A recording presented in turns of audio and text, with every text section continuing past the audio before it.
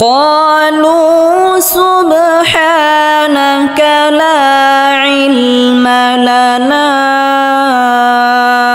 إلا ما علمتنا قالوا سبحانك لا علم لنا إلا ما علمتنا আসসালামু আলাইকুম ওয়া রাহমাতুল্লাহি ওয়া বারাকাতুহু। সম্মানিত দর্শক ও শ্রোতা, আশা করি সবাই ভালো আছেন। কোরআন মাজিদ শেখার নতুন একটি পর্বে আপনাকে স্বাগতম। গত পর্বে আমরা সূরা বাকারার 25 নং আয়াত থেকে 30 নং আয়াত পর্যন্ত শিখেছিলাম। আজকে আমরা এই ভিডিওতে সূরা বাকারার 31 নং আয়াত থেকে 35 নং আয়াত পর্যন্ত শিখব ইনশাআল্লাহ।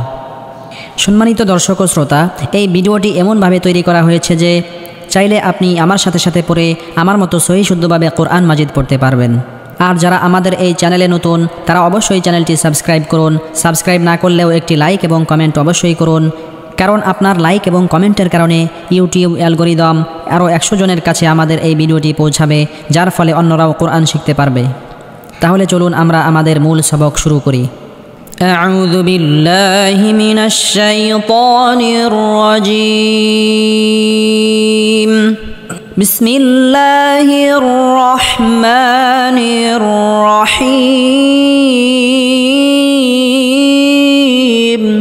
আমি প্রথমত এই পূর্ণ আয়াতটি পড়ব। ওয়া'আল্লামা আদামাল আসমাআ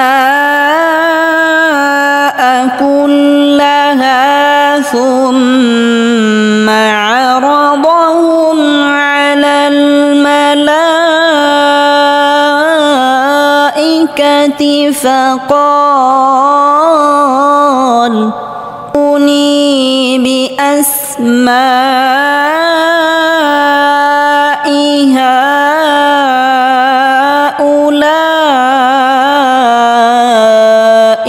ইন কুনতুম সাদিকিন। আমরা এখন বানান করে পড়ব। ওয়াও জবর ওয়া, আইন লাম জবর আল, ওয়া আল, লাম জবর লা, ওয়া আল্লা, মিম জবর মা, ওয়া আল্লামা। তাজদিদ ওয়ালা হরফ দুইবার করে উচ্চারণ করে পড়তে হবে। হামজা খারা জবর আ, কোনো হরফের উপর খারা জবর খারাজের উল্টা পেশ হলে একালি পরিমাণ লম্বা করে টেনে পড়তে হবে। দাল জবর দা, মিম লাম জবর মাল, আ দা মাল। হামজা সিন জবর আস, মিম আলিফ জবর মা।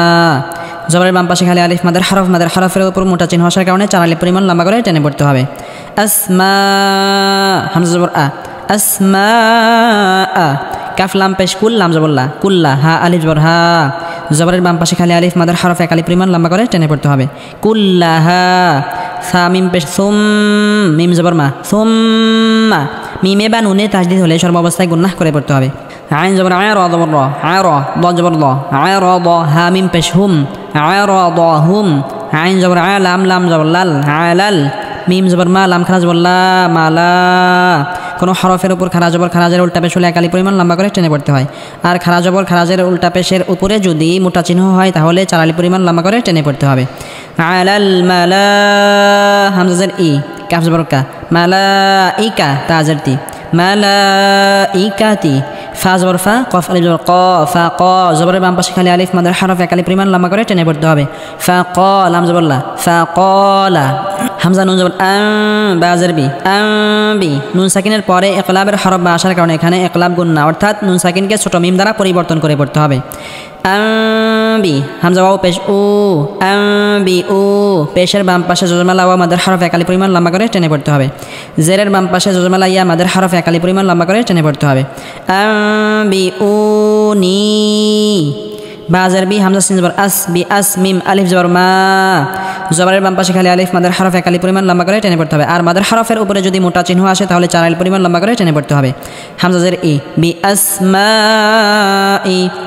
হা খারা জবর হা, কোনো হরফের উপর খারা জবর খারাজের উল্টা পেশ হলে একালি পরিমাণ লম্বা করে টেনে পড়তে হবে। আর খারা জবর খারাজের উল্টা পেশের উপরে যদি চিকন চিহ্ন আসে তাহলে 3 আলিফ পরিমাণ লম্বা করে টেনে পড়তে হবে।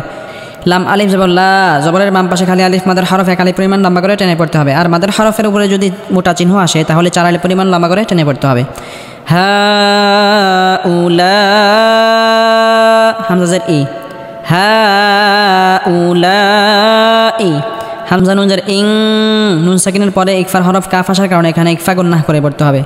ইং কাফ নুন পেশ কুন, নুন সাকিনের পরে ইকফার হরফ তা আসার কারণে এখানে ইকফা গুন্নাহ করে পড়তে হবে, অর্থাৎ এখানে গুন্নাগুলো লুকিয়ে আদায় করতে হবে। ইং কুন তামিম পেশ তুম, ইং কুনতুম সদ খারাজ বর স, কোনো হরফের উপর খারাজ বর খারাজের উল্টা পেশ হলে কালি পরিমাণ লম্বা করে টেনে পড়তে হবে।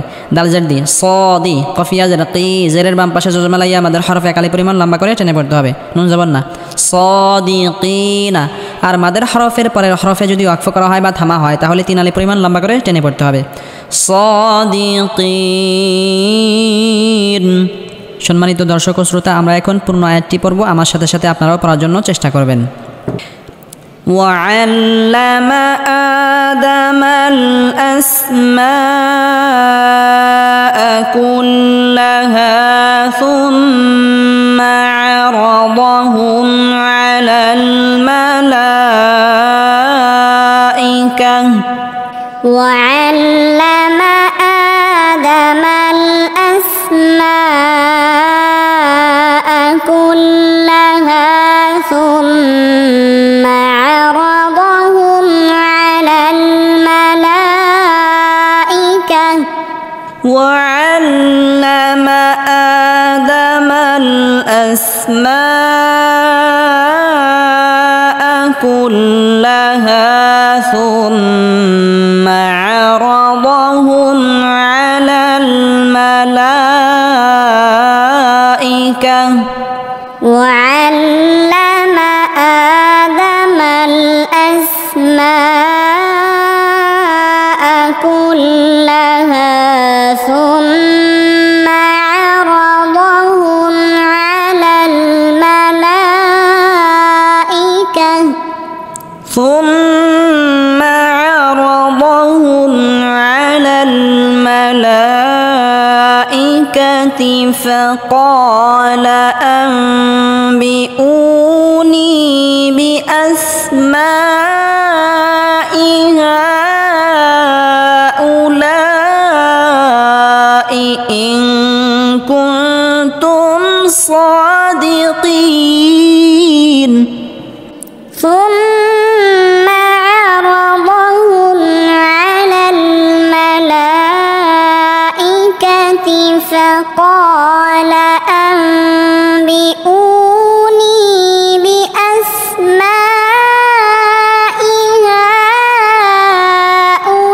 هؤلاء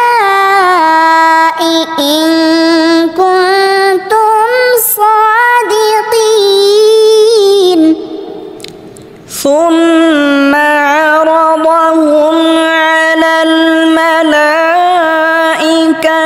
فقال أنبئوني بأسماء هؤلاء إن كنتم صادقين ثم عرضهم على الملائكة فقال أنبئوني بأسماء هؤلاء إن كنتم صادقين কফ আলিফ জবর ক, জবরের বাম পাশে খালি আলিফ মাদের হরফ এক আলি পরিমাণ লম্বা করে টেনে পড়তে হবে। লাম ও পেশ লু, ক লু, পেশের বাম পাশে জজমা লাওয়া মাদের হরফ এক আলি পরিমাণ লম্বা করে টেনে পড়তে হবে। সিন বা পেশ সুব, কফ ত বা জিম দালাই বাস হরফে জজম হলে কলকলা বা ধাক্কা দিয়ে পড়তে হবে। হা খারা জবর হা, সুব হা, কোনো হরফের উপর খারা জবর খারাজের উল্টা পেশ হলে এক আলি পরিমাণ লম্বা করে টেনে পড়তে হবে। নুন জবর না, কাফ জবর কা, সুব হা না কা, লাম আলিফ জবর লা, জবরের বাম পাশে খালি আলিফ মাদের হরফ এক আলি পরিমাণ লম্বা করে টেনে পড়তে হবে।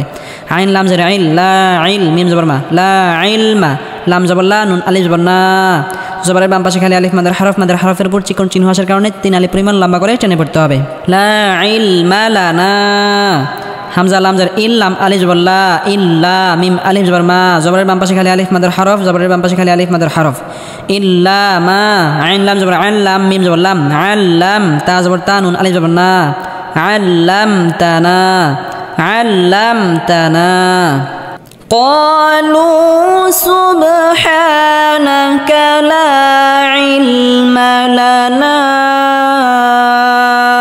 إلا ما علمتنا قالوا سبحانك لا علم لنا إلا ما علمتنا قالوا سبحانك لا علم لنا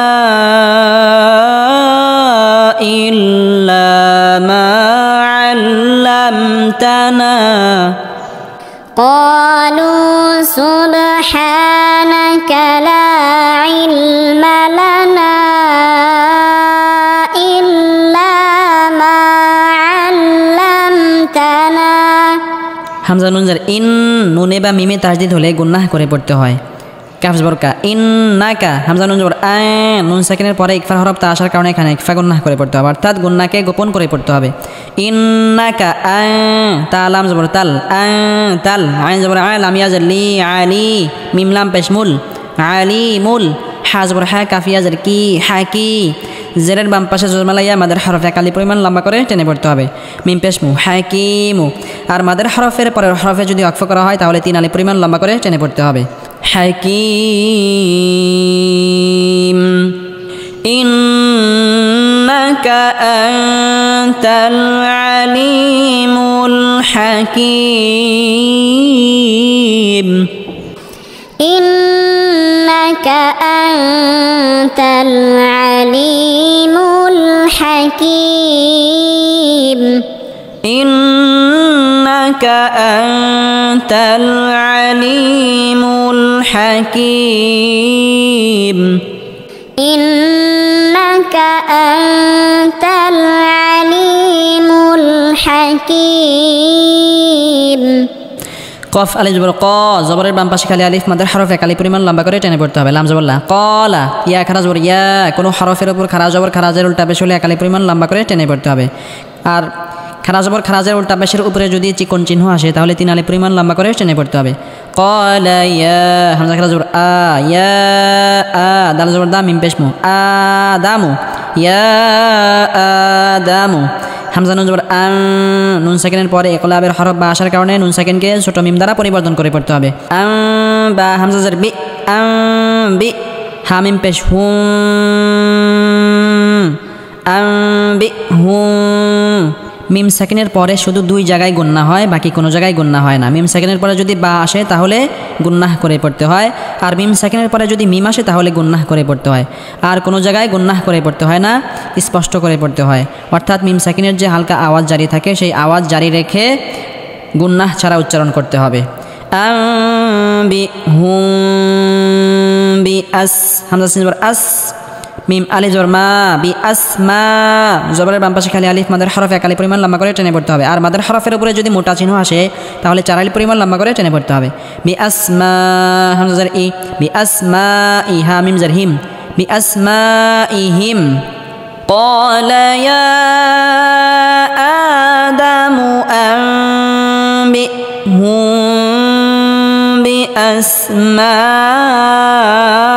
بأسمائهم قال يا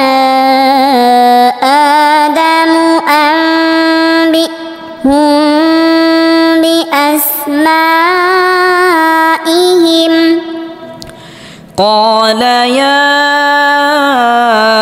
آدم أنبئهم بأسمائهم قال يا آدم أنبئهم بأسمائهم ফা জবর ফা লাম মিম জবর লাম ফালাম মিমে বা নুনে তাজদিদ হলে গুন্নাহ করে পড়তে হয়। মিম আলিফ জবর মা ফালাম মা জবরের বাম পাশে খালি আলিফ মাদের হরফের উপর চিকন চিহ্ন আসার কারণে 3 আলি পরিমাণ লম্বা করে টেনে পড়তে হবে। ফালাম মা হামজা নুন জবর আ নুন সাকিনের পরে ইকলাবের হরফ বা আসার কারণে ইকলাব গুন্না, অর্থাৎ নুন সাকিনকে ছোট মিম দ্বারা পরিবর্তন করে পড়তে হবে। হামজা জবর আ বা আ হা মিম পেশ হু মিম সেকেন্ডের পরে বা আসলে গুন্নাহ করে পড়তে হয় হুম বাজার বি হামজা সিন জবর আস বি আস মিম আলিফ জবর মা বি আসমা জবরের বাম পাশে খালি আলিফ মাদার হরফের উপর যদি মোটা চিহ্ন আসে তাহলে 4 আলিফ পরিমাণ লম্বা করে টেনে পড়তে হবে হামজা জের ই বি আসমা ই হা মিম জের হিম বি আসমা ইহিম যদি আয়াতের মাঝখানে লাম আলিফ আসে তাহলে সেখানে ওয়াকফ করা নিষেধ কফ আলিফ জবর ক লাম জবর লা কলা জবরের বাম পাশে খালি আলিফ মাদার হরফ 1 আলিফ পরিমাণ লম্বা করে টেনে পড়তে হবে হামজা জবর আ লাম মিম জবর লাম আলাম হামজা জবর আ কফ লাম পেশ কুল আলাম আকুল লাম জবর লা কাফ মিম পেশ কুম আলাম আকুল লাকুম আলাম আকুল লাকুম হামজা নুন জের ইন নুনে বা মিমে তাজদিদ হলে গুন্নাহ করে পড়তে হয় ইন্নী জেরের বাম পাশে জজমালাইয়া মাদের হরফের উপর চিকন চিহ্ন আসার কারণে 3 আলিফ পরিমাণ লম্বা করে টেনে পড়তে হবে হামজা আইন জবর আ'লাম জবর লা আ'লা মিম পেশ মু আ'লামু ইন্নী আ'লামু গাইন ইয়া জবর গাই বা সিন জবর বাস গাই বাস সিন জবর সা মিম খারা জবর মা ওয়াও খারা জবর ওয়া সামা ওয়া কোন হরফের উপর খারা জবর খারাজের উল্টা পেশ হলে 1 আলিফ পরিমাণ লম্বা করে টেনে পড়তে হবে এখানে দুইটি 1 আলিফ করে লম্বা করে টেনে পড়তে হবে সামাওয়াত আজারতি সামাওয়াতি ওয়াও লাম জবর ওয়াল হামজা রা জবর আর ওয়াল আর দাজ্জারদি ওয়াল আরদি ওয়াও জবর ওয়া হামজা আইন জবর আ ওয়া আ'লাম জবর লা মিম পেশ মু ওয়া আ'লামু মিম আলিফ জবর মা জবরের বাম পাশে খালি আলিফ মাদার হরফ 1 আলিফ পরিমাণ লম্বা করে টেনে পড়তে হবে তাবা পেশ তুবে কফতা বা জিম দালাই পাস হরফে জজম হলে কলকলা বা ধাক্কা দিয়ে পড়তে হবে দাল ওয়াও পেশ দু পেশের বাম পাশে জজমালা ওয়াও মাদার হরফ 1 আলিফ পরিমাণ লম্বা করে টেনে পড়তে হবে তুবে দু নুন জবর না তুবে দু না ওয়াও জবর ওয়া মিম আলিফ জবর মা ওয়া মা জবরের বাম পাশে খালি আলিফ মাদার হরফ 1 আলিফ পরিমাণ লম্বা করে টেনে পড়তে হবে কাফ নুন পেশ কুন নুন সেকেন্ডের পরে ইকফা হরফ আসার কারণে এখানে ইকফা গুন্নাহ করে পড়তে হবে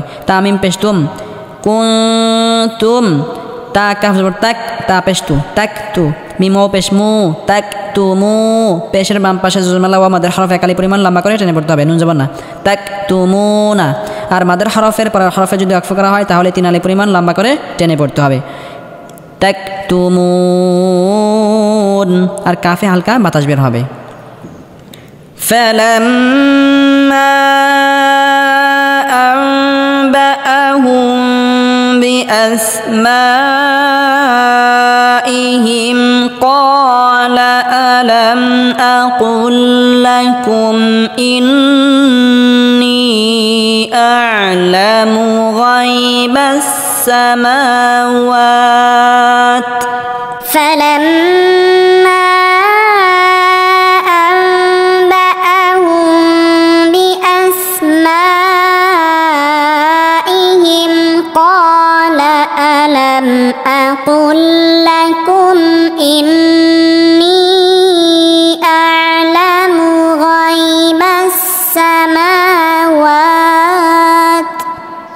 এখানে যদি ওয়াকফ করি বা থামি তাহলে 3 আলিফ পরিমাণ লম্বা করে টেনে পড়তে হবে কারণ রাজবর খারাজের উল্টা পেশের পরের হরফে যদি ওয়াকফ করা হয় তাহলে 3 আলিফ পরিমাণ লম্বা করে টেনে পড়তে হয় ফালাম্মা আনবাআহুম বিআসমাইহিম ক্বালা আলাম আকুল লাকুম ইন্নী أعلم غيب السماوات فلما أنبأهم بأسمائهم قال ألم أقل لكم إني أعلم غيب السماوات إني أعلم غيب السماوات والأرض وأعلم ما تبدون وما كنتم تكتمون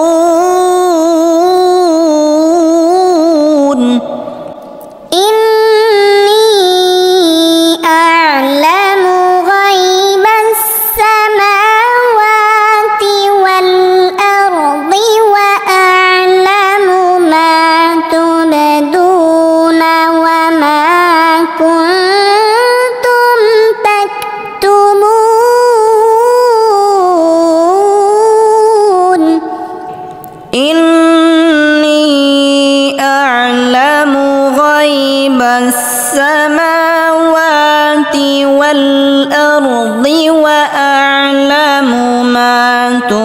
تبدون وما كنتم تكتمون إني أعلم غيب السماوات والأرض وأعلم ما تبدون وما كنتم تكتمون وإذ قلنا للملائكة اسجدوا لآدم فسجدوا إلا إبليس وإذ قلنا للملائكة اسجدوا لآدم فسجدوا إلا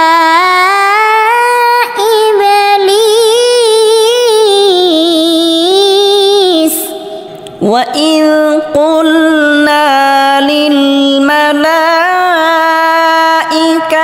اسجدوا لآدم فسجدوا إلا إبليس وإذ قلنا للملائكة اسجدوا لآدم فسجدوا إلا إبليس أبى واستكبر وكان من الكافرين أبى واستكبر وكان من الكافرين أبى واستكبر وكان من الكافرين أبى واستكبر وكان من الكافرين وقلنا يا آدم اسكن أنت وزوجك الجنة وكلا منها رغدا حيث شئتما وقلنا يا آدم اسكن أنت وزوجك الجنة وكلا منها رغدا حيث شئتما وقلنا يا آدم اسكن أنت وزوجك الجنة وكلا منها رغدا حيث شئتما وقلنا يا آدم اسكن أنت وزوجك الجنة وكلا منها رغدا حيث شئتما ولا تقربا هذه الشجرة فتكونا من الظالمين ولا تقربا هذه الشجرة فتكونا من الظالمين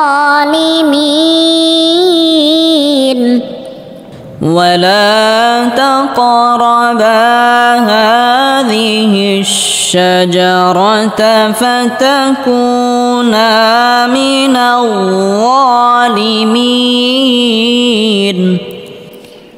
ولا تقربا هذه الشجرة فتكونا من الظالمين